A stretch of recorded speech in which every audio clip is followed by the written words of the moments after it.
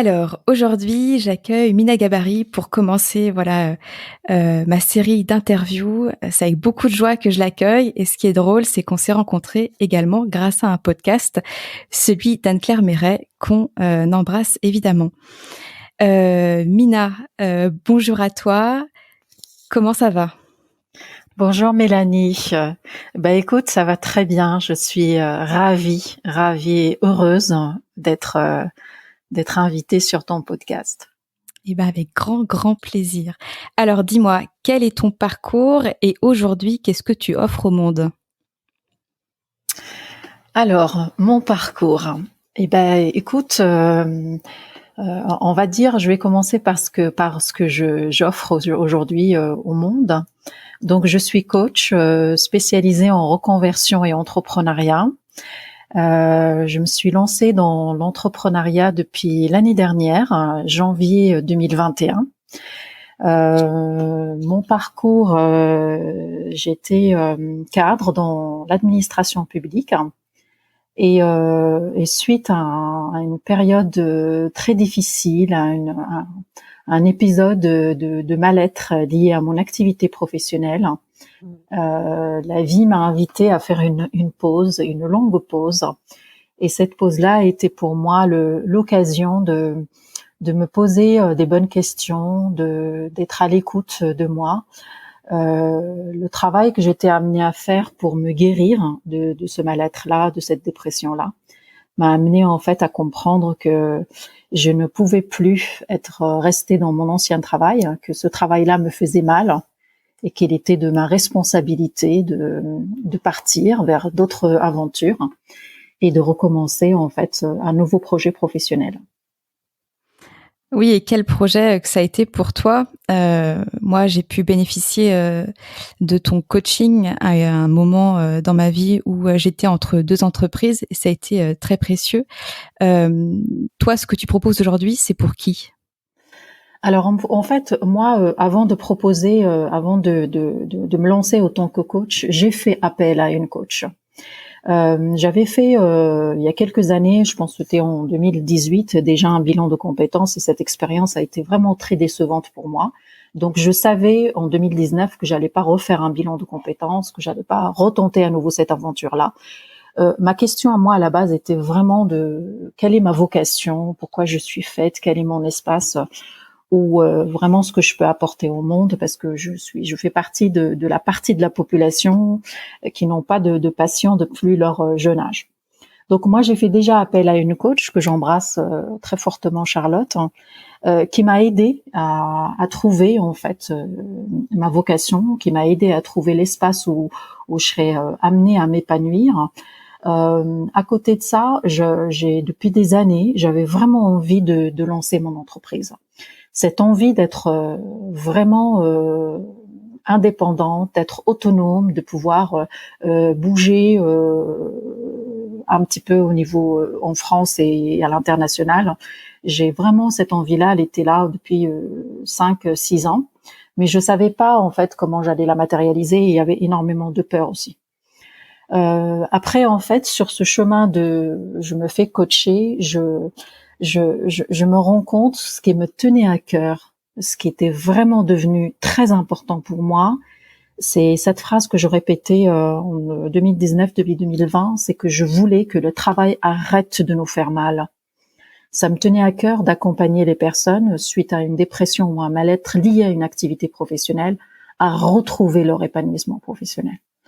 Pour moi, on passe beaucoup de temps dans notre activité professionnelle et je trouvais pas ça juste que quelque chose où on passe beaucoup de temps nous rend malade. Donc, c'est devenu ma mission, c'est devenu vraiment quelque chose de viscéral en termes de contribution. Connecter des personnes à leur épanouissement professionnel et les connecter beaucoup plus tôt qu'avant qu'on arrive vraiment à cette étape de dépression, sur un chemin ou une perspective plutôt de préventive. Et donc, ce que j'ai proposé depuis le début, c'était vraiment des offres de coaching en termes de reconversion, trouver sa vocation, sa mission de vie, travailler sur ses valeurs, ce qu'on a envie d'incarner professionnellement. Et en même temps, je travaille effectivement sur ce que j'ai offrir pour moi-même, c'est-à-dire que l'entrepreneuriat comme un modèle d'épanouissement sur mesure. C'est-à-dire que la création de mon entreprise, le lancement de mon activité a été pour moi de vivre pleinement mon épanouissement professionnel à travers l'entrepreneuriat. Et tu as pu effectivement bénéficier d'une de mes offres qui s'appelle Création l'année dernière pour te permettre à toi aussi d'aller vers ta réalisation et la création de ton entreprise. Et oui. Donc là, ce que tu essaies de nous dire, c'est que de devenir entrepreneur, ça a été une évidence pour toi, mais est-ce que ça a été une évidence pour toi depuis toujours ? Non, ça n'a pas été vraiment une évidence pour moi depuis toujours. En fait, ce que j'avais envie de faire, c'était d'avoir une activité. J'avais en fait envie d'être à mon compte, mais je ne savais pas ce que je pouvais offrir, ce que je pouvais proposer dans le monde de l'entrepreneuriat. C'était aussi compliqué parce que je n'ai pas de modèle dans ma famille, je n'ai pas de personnes proches avec une entreprise. Je n'étais pas vraiment baignée dans ce domaine-là. La majorité des membres de ma famille, de mes amis sont salariés. C'est un modèle qui était quand même majoritaire dans ma vie. Mais c'était juste en fait au début, c'est une envie, un rêve d'avoir quelque chose à moi et de quitter un petit peu un schéma de subordination, d'être au service de quelqu'un. J'avais juste envie d'être à mon service et d'avoir je pense que ça vibrait énormément avec ma plus haute valeur qui est la liberté. Je voulais être libre. Après, bien sûr, je n'avais aucune idée de ce que je pouvais proposer et j'ai commencé à explorer.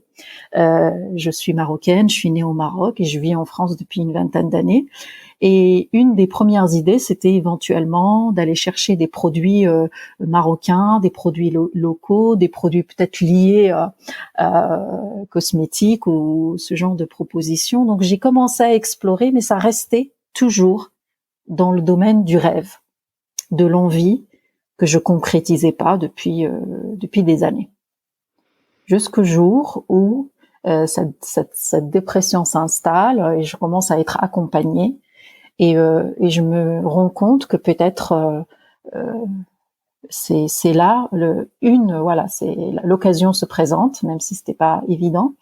L'occasion se présentait enfin pour que je puisse prendre une décision au lieu de trouver un autre métier, au lieu de commencer le schéma de postuler, d'envoyer des candidatures, de recommencer un petit peu, de retourner sur le marché du travail, mais c'était en fait de créer mon propre métier, de créer mon propre travail. Et comme l'idée me plaisait énormément, je me suis dit, c'est le moment ou jamais. Il y avait aussi une question d'âge. Quand j'ai fêté mes 40 ans, j'avais toute une liste d'objectifs. Et l'un des objectifs qui n'était pas coché, c'était effectivement la création de mon entreprise.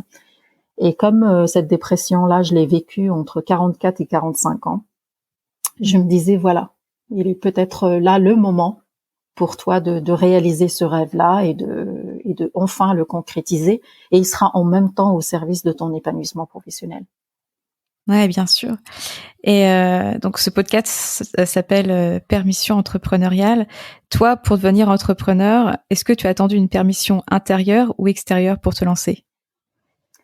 En toute honnêteté, je ne peux pas utiliser le mot permission. Au début, je n'ai pas eu le choix. Pour moi, il était question de ma santé, il était question de mon bien-être. Je me suis rendu compte, grâce à cette dépression, que je ne pouvais pas me laisser tomber. Que pour moi, l'entrepreneuriat, la création d'un business n'était pas du tout, c'était vraiment une décision qui venait s'imposer à moi pour me sauver en quelque sorte, parce que je savais que le monde du salariat n'était pas fait pour moi. Donc au début, c'était absolument pas une autorisation, une permission. Cette décision, elle n'a pas été prise dans un espace doux ou chouette, en toute honnêteté. Elle a été prise vraiment dans un état, dans une espèce d'urgence. J'ai besoin de me sauver, j'ai besoin de déplacer ma sécurité mentale et physique ailleurs. Et pour moi, l'entrepreneuriat était une des solutions, la solution pour moi au début. Et justement, je rebondis, là tu parles voilà du cadre salarial. Donc quand moi je parle du cadre salarial, voilà, c'est vraiment cette structure, ce planning horaire, cette hiérarchie qui existe, ces missions à réaliser, ces attentes de résultats, évidemment un salaire aussi qui tombe tous les mois. Est-ce que pour toi ça a été difficile de sortir de ce cadre salarial pour incarner les possibilités qu'offre l'entrepreneuriat? Absolument. Ça a été difficile parce que j'avais déjà réussi une première étape de carrière professionnelle. J'ai fait des études supérieures, j'occupais un poste intéressant avec beaucoup d'avantages et en plus, comme en France, avec cette notion de sécurité d'emploi, j'étais cadre à la caisse primaire d'assurance maladie, donc c'était très très difficile de quitter quelque chose qui était en quelque sorte entre guillemets garanti en termes de salaire, en termes de statut. C'était aussi difficile en termes de regard extérieur et de peur que mon environnement, que ma famille pouvait exprimer, parce que j'allais laisser un poste, une activité que par exemple les gens me disaient mais attends, il y a plein de gens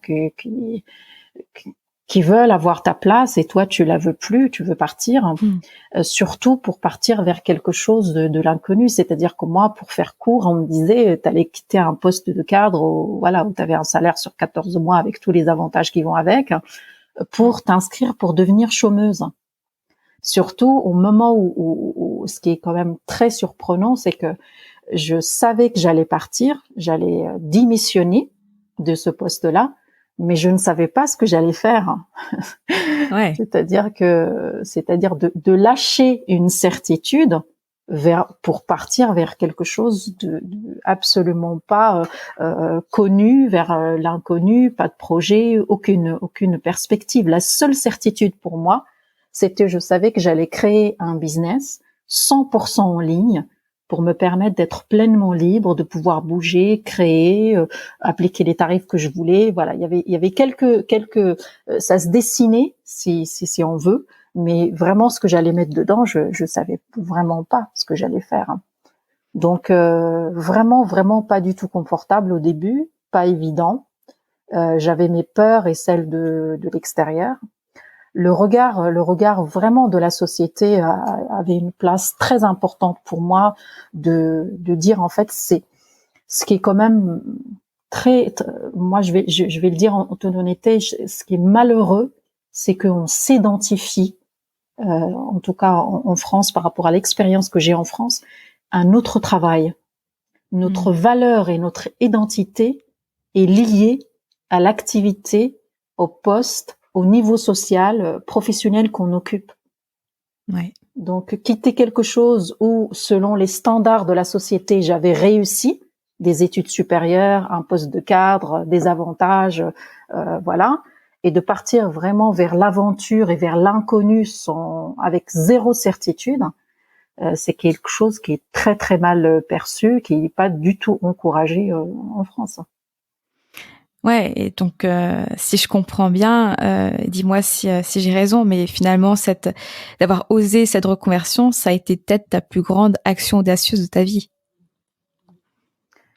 Oui, aujourd'hui avec le recul, absolument, et je ne remercierai jamais assez ma version de moi, Mina de 2019 début 2020, qui a pris cette décision-là, qui a franchi ce cap, qui a sauté et qui a vraiment démissionné après pour vraiment créer ce que je vis aujourd'hui dans mon activité professionnelle, c'est sûr.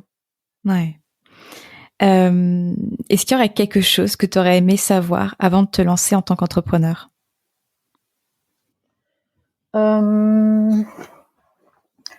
Est-ce que j'avais honnêtement, je sais pas. Je trouve que le chemin de l'exploration, de l'apprentissage, c'est aussi ce qui m'a permis de grandir. C'est ce qui me permet aujourd'hui de prendre de la hauteur régulièrement sur mon activité, de réajuster à chaque fois que je ressens que c'est pas du tout aligné ou ça ne me parle plus ou que je peux pas accompagner tel ou tel profil ou je peux pas signer tel ou tel partenariat. Je pense que si on attend à avoir toutes les réponses, si on attend à avoir toutes les certitudes, on n'avance pas. On fait plutôt, à mon sens, du surplace.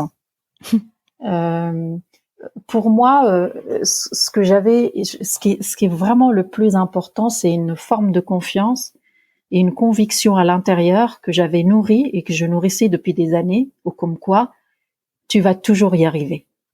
Je me disais, je vais me lancer dans l'entrepreneuriat, je vais créer mon entreprise, mais ça ne sera pas définitif. Si ça fonctionne pas, je peux toujours rebondir. J'ai fait des études, j'ai quand même une 20aine d'années d'expérience professionnelle dans des postes intéressants, donc je pourrais toujours rebondir. J'avais confiance, en quelque sorte, dans ma capacité à rebondir. C'est pour ça, en fait, est-ce qu'il y avait quelque chose en particulier que j'aurais aimé savoir avant? Honnêtement, je vois pas. Ouais, c'est intéressant ce que tu dis. Toi, tu as aussi été une de ces femmes qui ont osé dire que tout était possible. Je vais mettre ça plutôt au présent. Tout est possible. Je sais que ça vibre fort en toi, cette expression. Est-ce que tu peux m'en dire quelques mots? Oui. En fait, quand j'ai commencé vraiment à travailler sur moi et que j'ai commencé à créer mes offres et puis à investir sur moi, à travailler avec d'autres coachs, je me rendais compte au fur et à mesure sur ce chemin-là qu'il y avait beaucoup de croyances sur le fait que la reconversion est réservée à une minorité, elle est réservée pour des personnes qui ont fait des études, elle est réservée pour des personnes qui ont de l'argent, elle est réservée pour les cadres. Et d'ailleurs, les statistiques et tous les chiffres autour de la reconversion et de l'entrepreneuriat viennent confirmer cette tendance-là et cette croyance-là. Alors que moi, je suis plutôt dans une forme de valeur justice et que c'est possible pour tout le monde et que nous avons un pouvoir extraordinaire de créer ce que nous voulons. Ça ne veut pas dire que c'est facile, ça ne veut pas dire qu'il n'y a pas un travail d'introspection, d'évolution, de grandir, d'apprendre. Ça ne veut pas dire ça, mais ça veut dire que quelque chose un petit peu pour résumer, si on veut, si on se donne les moyens, on y arrive. Donc je voulais un petit peu, en quelque sorte, démocratiser de franchir le cap de la reconversion. Et je voulais vraiment ce champ de que c'est possible pour tout le monde est venu me chercher en me disant que l'épanouissement professionnel n'est pas réservé à des personnes qui vivent aujourd'hui de leur passion. On peut trouver la nôtre et on peut se connecter à cette énergie-là. Et j'avais vraiment aussi envie d'être un exemple pour montrer que si j'ai pu le faire, c'est que d'autres personnes peuvent aussi le faire. Je trouve que à partir du moment où on a des modèles, et moi j'ai suivi beaucoup de coachs et beaucoup de femmes qui ont été dans le même schéma que moi, d'une remise en question totale de notre activité professionnelle, de la réussite qu'on avait déjà réussi à avoir, mais de tout remettre en question et de recommencer à nouveau. Pas de recommencer à zéro, parce que pour moi, on recommence jamais de zéro. On est toujours riche de nos expériences et de notre expertise et nos expériences personnelles et professionnelles, mais de changer, oser recommencer. Donc oui, c'est vraiment aujourd'hui, c'est ce que j'incarne, c'est comme ça que je communique, c'est comme ça que je coach aussi. Cette énergie-là me tient énormément à cœur, que tout est possible. Et après, c'est à nous de développer les moyens, c'est à nous de trouver ce qui bloque sur le chemin, c'est à nous de donner du pouvoir à notre désir pour le réaliser dans la matière. Ouais, on sent que c'est en toi, c'est très ancré, et je trouve que quand on reçoit aussi cette puissance du tout est possible, et ben on finit par l'incarner et on l'incarne pour soi, mais aussi pour les autres. Justement, quand on parle des autres, on a bien compris que pour toi, la valeur de contribution était importante, de donner aussi voilà cette image de modèle, en tout cas qu'une reconversion, même en tant que cadre, avec des avantages, c'est possible pour se lancer aussi dans l'inconnu. Mais je vais te laisser définir par tes propres mots, c'est quoi ta grande vision? Alors moi, je suis vraiment dans cette vision qu'on a chacun et chacune une mission et une contribution, et que la mienne, c'est de connecter un maximum de personnes à un métier passion. C'est-à-dire de cette notion de ne pas travailler, mais de contribuer. La mienne, c'est que de participer de plus en plus à diminuer, à ce que qu'on souffre plus de notre activité professionnelle, que ce mal-être n'existe plus. Donc ça, c'est vraiment ma contribution et ma vision. Et dans ma vision, il y a un deuxième volet que on peut tous être entrepreneurs. On peut tous avoir quelque chose à offrir au monde, et on peut être, voilà, pour être payé pour ce que nous avons à offrir au monde. J'ai vraiment la vision que entreprendre, créer quelque chose, avoir une rémunération pour nos créations est possible pour tout le monde. Ouais. Merci d'ailleurs de rebondir voilà sur cette rémunération qui fait écho forcément à l'argent. Moi, c'est vraiment un sujet que j'ai envie de parler, envie de démocratiser, parce que c'est quand même très tabou aujourd'hui en France. Toi, quel est ton rapport à l'argent? Eh ben, mon rapport à l'argent, il n'a pas toujours été évident, et en plus l'entrepreneuriat, c'est vraiment la création de mon entreprise. C'est venu vraiment me chercher sur par rapport à cette relation à l'argent. Je m'explique.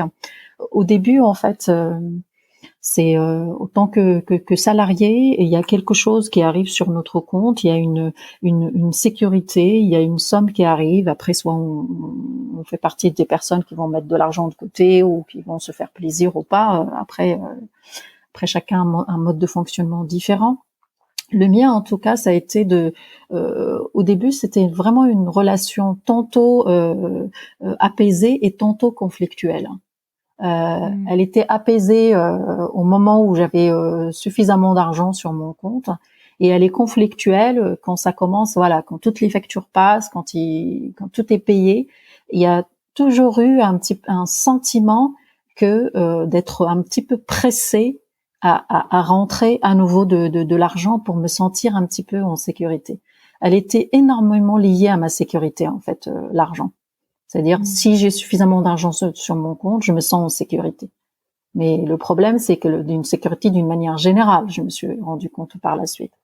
Après, dans le monde, voilà, depuis que je suis entrepreneuse, on travaille encore plus, voilà, moi je travaille encore plus sur cette énergie-là, parce que on n'a pas toujours le même chiffre d'affaires, il n'y a pas une stabilité en termes de rentrée d'argent qui arrive tous les mois pareil. Mon chiffre d'affaires de l'année dernière, c'est pas du tout la même chose que je réalise cette année. Mes tarifs de l'année dernière, c'est pas du tout les mêmes tarifs que j'applique cette année. Et elle reste en fait, j'ai envie de dire, ma relation à l'argent, c'est pas quelque chose de figé. Elle est ni apaisée tout le temps, ni agréable tout le temps, mais elle est pas non plus conflictuelle et problématique tout le temps.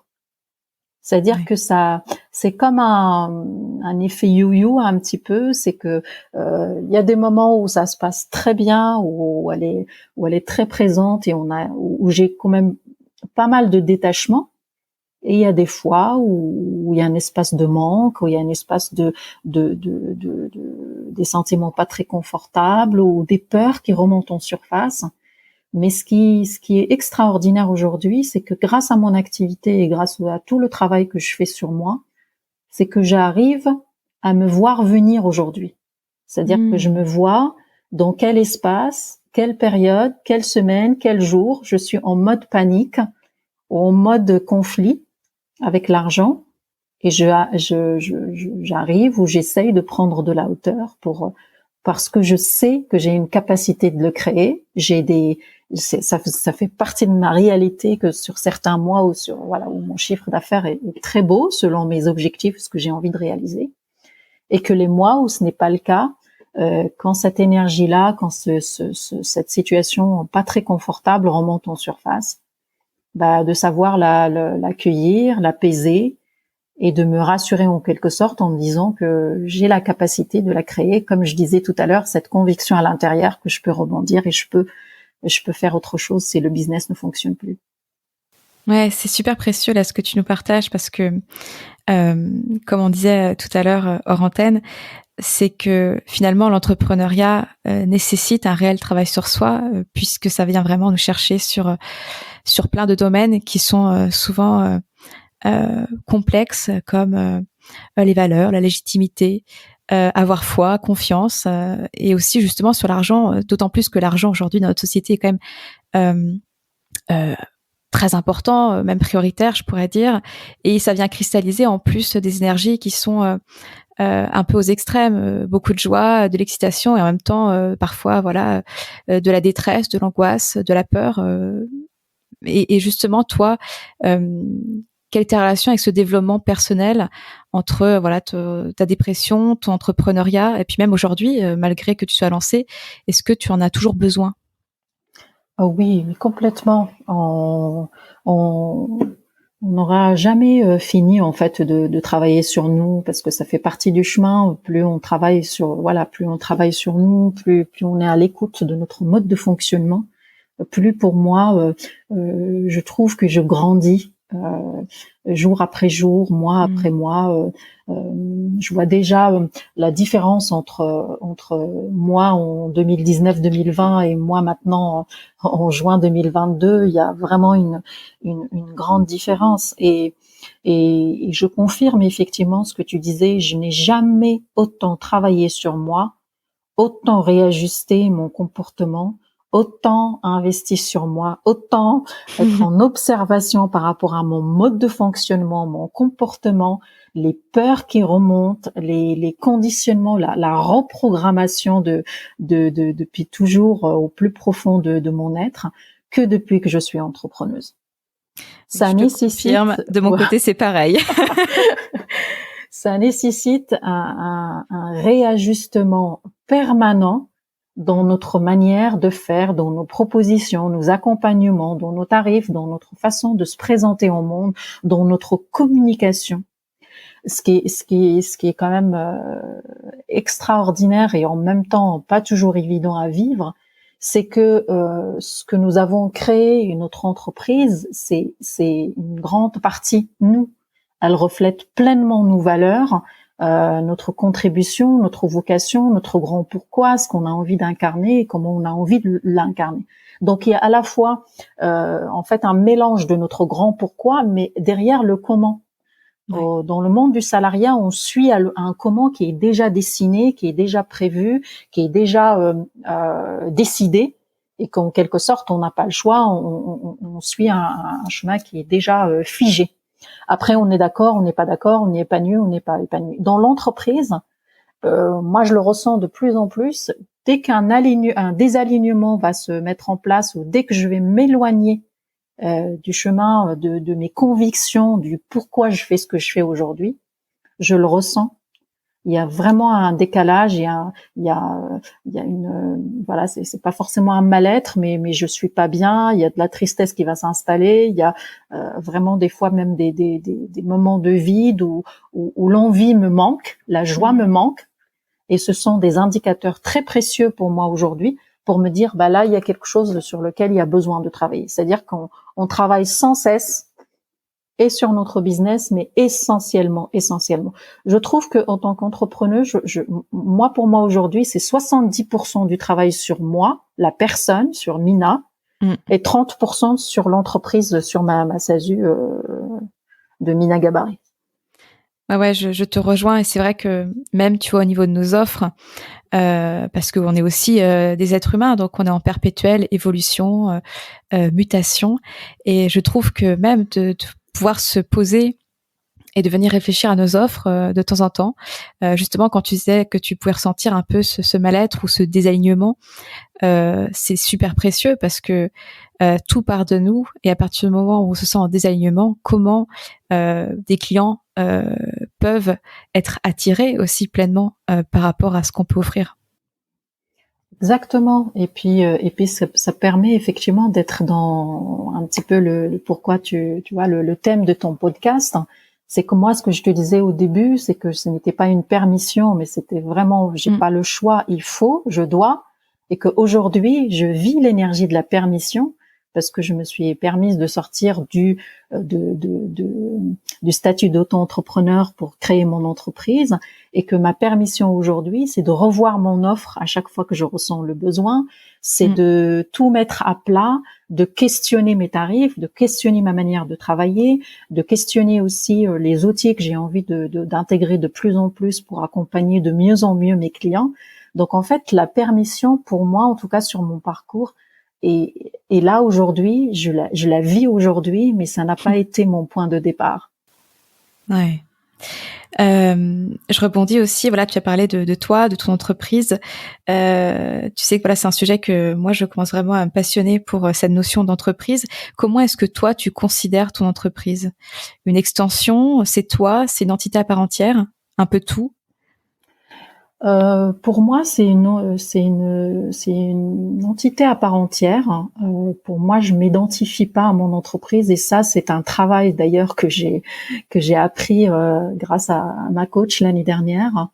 C'est que si jamais elle génère pas de chiffre d'affaires, ou si jamais elle atteint pas ses objectifs, c'est pas Mina la personne qui génère pas d'argent, qui n'atteint pas ses objectifs, c'est l'entreprise. Donc c'est vraiment, c'est-à-dire que c'est une entité à part entière, mais à côté de ça, c'est une extension de moi dans le sens de ses valeurs.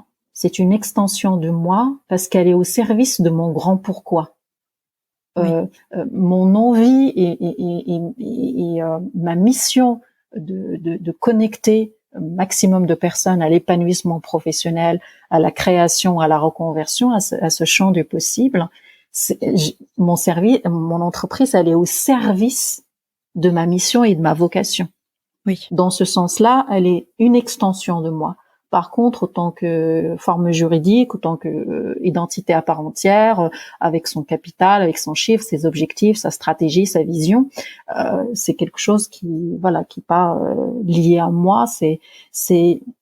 En fait, il y a une forme de nous. On en parlait tout à l'heure hors antenne, que moi me parle énormément de plus en plus. C'est un peu, on fait équipe ensemble. Mon entreprise est mon allié. Elle est au service de mon grand pourquoi, et si mon grand pourquoi, je le réajuste au fur et à mesure, ma société, elle se réajuste au fur et à mesure pour être au service de ma contribution. Ouais. Tu sais que je te rejoins complètement là-dessus. D'ailleurs, tu sais que voilà, un de mes grands principes, et qui même aujourd'hui sont les fondations, font partie des fondations de mon entreprise actuelle, c'est que l'entreprise soit au service de la vie de l'entrepreneur et non l'inverse. Qu'est-ce que tu en penses, toi? Est-ce que ça a été toujours une évidence pour toi? Est-ce que c'est un travail perpétuel? Comment tu vis, toi, cette entreprise? Alors, l'année dernière, ça a été vraiment quelque chose d'une fluidité extraordinaire. Comme il y avait cette conviction-là, c'est ma société, la création de mon entreprise, c'est ma liberté. Je l'ai vraiment vécu comme ça, parce que j'ai pu avoir des espaces où je prenais suffisamment de temps pour moi. J'ai continué à être à l'écoute de moi, sachant que j'ai déjà traversé une dépression. Aujourd'hui, je suis extrêmement vigilante et attentive à mes besoins personnels pour continuer à prendre soin de moi, pour ne pas retomber à nouveau dans ce schéma de l'ennui, parce que moi, ma dépression a pris vraiment racine dans un métier qui ne me parlait plus, qui ne respectait pas une ou deux de mes valeurs, et que je m'ennuyais cruellement. Il y avait une forme de souffrance intellectuelle. Aujourd'hui, vraiment, je trouve que voilà, l'entreprise, elle est Il y a une forme aussi de liberté sur mon rythme de travail, sur le nombre de clients que je vais signer, sur ma manière de comment j'ai envie de travailler, ce que j'ai envie aussi de transmettre à mes clients, parce que j'ai fait le choix aussi d'appliquer des tarifs que je trouve justes, de ne pas brader ce que je propose parce qu'il faut vivre ou que l'entrepreneuriat c'est de survivre. J'ai décidé et j'ai fait en sorte depuis le début de ne pas jouer dans la cour des petits, parce que me connectant justement à tout est possible, moi je refusais dans ma tête et dans mon comportement de me dire que je vais devoir attendre 3 ans pour générer un salaire, je vais en quelque sorte galérer. L'année dernière, elle a été vraiment riche en enseignements, mais si j'ai réussi en quelque sorte, si je peux dire ça comme ça, si j'ai réussi à le vivre comme ça l'année dernière, c'est parce que j'ai revu toutes mes priorités et j'en avais presque plus qu'une seule, c'était de travailler sur moi, de voir comment je fonctionne, quels sont mes schémas de pensée, pourquoi j'ai peur de l'échec, pourquoi l'échec venait me chercher, c'est quelque chose qui me paralysait avant de quitter mon travail. Pourquoi j'avais mis toute ma sécurité psychologique, émotionnelle, corporelle, financière dans mon ancien métier. Plus je comprenais mon mode de fonctionnement, plus aujourd'hui je me vois arriver et mes décisions partent de quelque chose qui est connu en fait. C'est comme si j'ai pris pendant 1 an un rendez-vous galant avec moi-même pour essayer de comprendre de plus en plus avec ce que je répète souvent maintenant, c'est avec beaucoup de bienveillance, mais en même temps de la responsabilité. Ouais. Parce que dire que c'est la faute de l'autre, que c'est mes parents qui n'ont pas fait ce qu'il fallait, ou que c'était ma maîtresse, ou que c'est mon grand frère, ou que c'était mon ex-mari, en fait, à un moment donné, c'est très important aussi d'assumer nos responsabilités et de voir notre part dans ce qu'on a pu vivre ou réaliser dans notre vie, mais avec beaucoup de bienveillance. La question n'est pas du tout de culpabiliser, mais de responsabiliser. Et pour revenir, un petit peu à la question, c'est aujourd'hui, comme je disais tout à l'heure, en fait, il n'y a pas de réponse noire ou blanc. En fait, il y a énormément de nuances. Il y a des jours où j'incarne pleinement ma vision, pleinement mon grand pourquoi, pleinement la liberté et l'autonomie que je voulais. Mais il y a des espaces où c'est pas possible. Il y a des journées, il y a des engagements, il y a des responsabilités vis-à-vis de mes clients et je peux pas toujours faire ce que je veux. Par contre, dans l'ensemble, ça répond quand même pas mal à la vision, à ce que j'avais envie de créer en quittant mon emploi en quittant mon poste en 2019. Oui, donc au fond, il y a quand même une grande satisfaction de ce que tu as accompli et finalement ce en très peu de temps aussi. Oui, absolument. Vraiment une grande satisfaction et aussi une certitude que je serai toujours à mon compte. Ça, c'est clair. Je ne retournerai plus dans le monde du salariat. Une fois que j'ai goûté à ça, depuis l'année dernière, j'ai d'autres certitudes maintenant, mais celle-là est la plus importante pour moi. C'est que franchement, c'est super chouette de créer quelque chose. C'est vraiment plusieurs naissances, voilà, c'est super beau. C'est pas évident, c'est pas toujours facile. Oui. C'est pas toujours rémunérateur. On peut passer beaucoup de temps sur des choses qui ne sont pas forcément rémunérateurs, mais c'est tellement bon de se sentir utile dans son travail. Et quand je vois mes clients s'envoler, comme ça a été le cas avec toi, et voir tous les espaces extraordinaires et tout ce que tu proposes aujourd'hui, et comment toi aussi à ton tour, grâce au travail que tu as fait sur toi et grâce à notre coaching et à ton entreprise, comment tu contribues, ça n'a pas de prix. Et je continuerai à avancer sur le chemin de l'entrepreneuriat. Ouais. Oui, oui, oui. Et juste voilà une question avant la dernière. Euh, du coup, toi, voilà, tu es persuadé que tu souhaites entreprendre, mais après, souvent dans l'entrepreneuriat, beaucoup se sentent seuls. Est-ce que toi, t'es pour entreprendre seul ou entreprendre ensemble? Oh, moi, je suis pour entreprendre ensemble, mais en gardant une dimension en fait. C'est-à-dire que pour moi, ça sera ni la première ni la deuxième. C'est un petit peu le mariage des deux, l'alliance des deux. Moi, j'aime beaucoup prendre des décisions. J'aime beaucoup, voilà, créer mes propres projets, mes propres.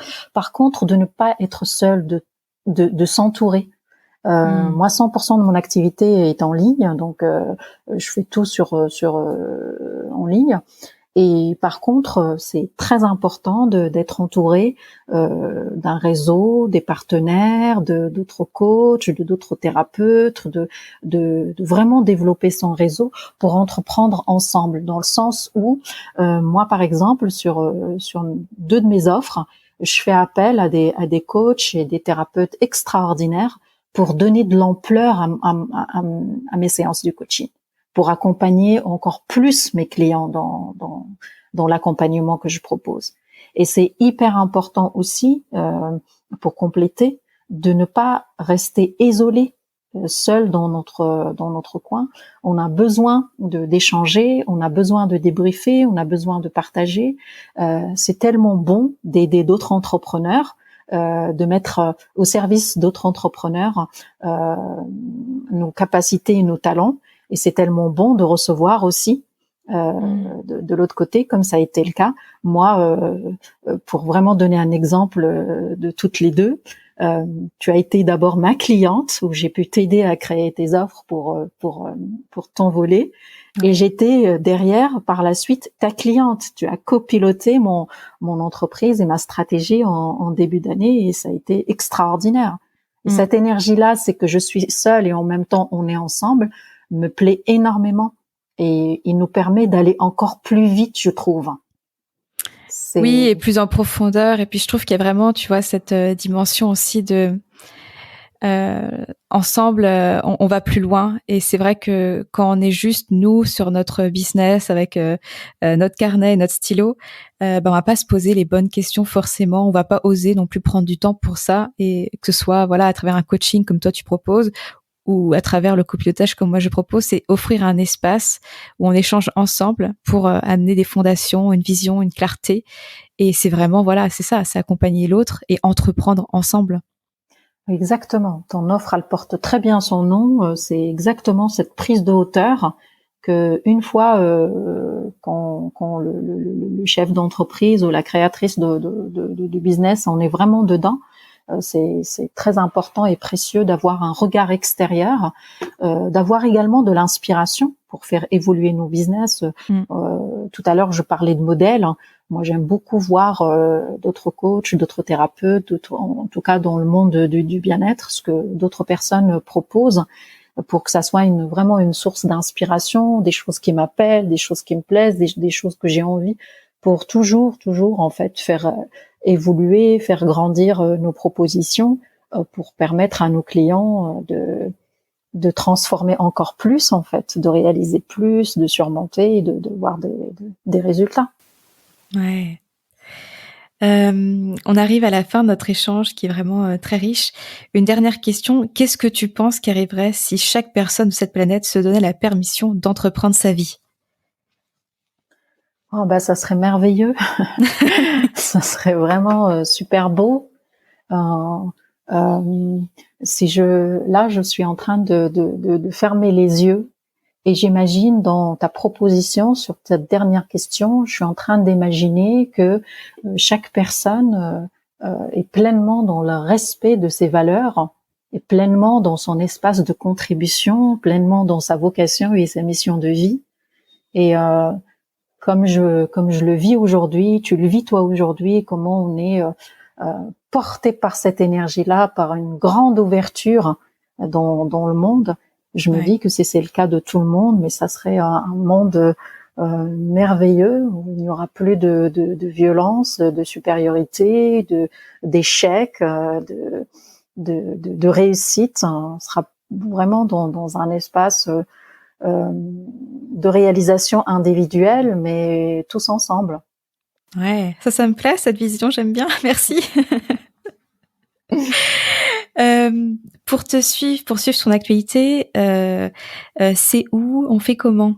Parce que je suis sûre qu'il y a plein de personnes qui, du coup, vont vouloir te découvrir. Eh ben écoute, à travers plusieurs possibilités, j'ai mon site internet minagabarit.com tout attaché. J'ai le gabarit Gabari. Sinon sur Instagram, c'est un des réseaux que j'aime beaucoup, c'est minagabarit.coach. Voilà, on peut me trouver. Voilà, je suis aussi présente sur LinkedIn, pareil sur Mina Gabarit. Et ça sera avec j'ajouterai tous les liens sur la description de ce podcast, mais parfait. Ça sera avec grand plaisir de échanger, de parler. Moi, voilà, je pense que les personnes, vous l'avez compris, c'est vraiment épanouissement professionnel, reconversion, entrepreneuriat. C'est vraiment mes domaines d'excellence. C'est ce qui m'anime. C'est voilà, je passe beaucoup de temps à parler épanouissement professionnel. Et je confirme, tu le fais très très bien. Merci Mina pour avoir été cette première personne interviewée. Pour moi, ça représente beaucoup et merci aussi pour cet échange qui était plein de belles perspectives, mais aussi d'authenticité et je trouve que ça fait du bien aussi de voir que on chemine ensemble et que c'est pas tout rose, mais qu'on garde le cap. Oui. Merci à toi de m'avoir invité. Ça a été vraiment un moment très agréable et doux. À chaque fois, c'est toujours pareil d'échanger avec toi. Je suis fière de toi et je me dis que c'est extraordinaire, tu vois, de voir le chemin que tu as traversé, tout ce que tu as créé depuis l'année dernière, depuis 1 an maintenant. C'est super beau. Merci pour cette invitation et merveilleuse journée. À toi aussi, Mina, je t'embrasse. Au revoir.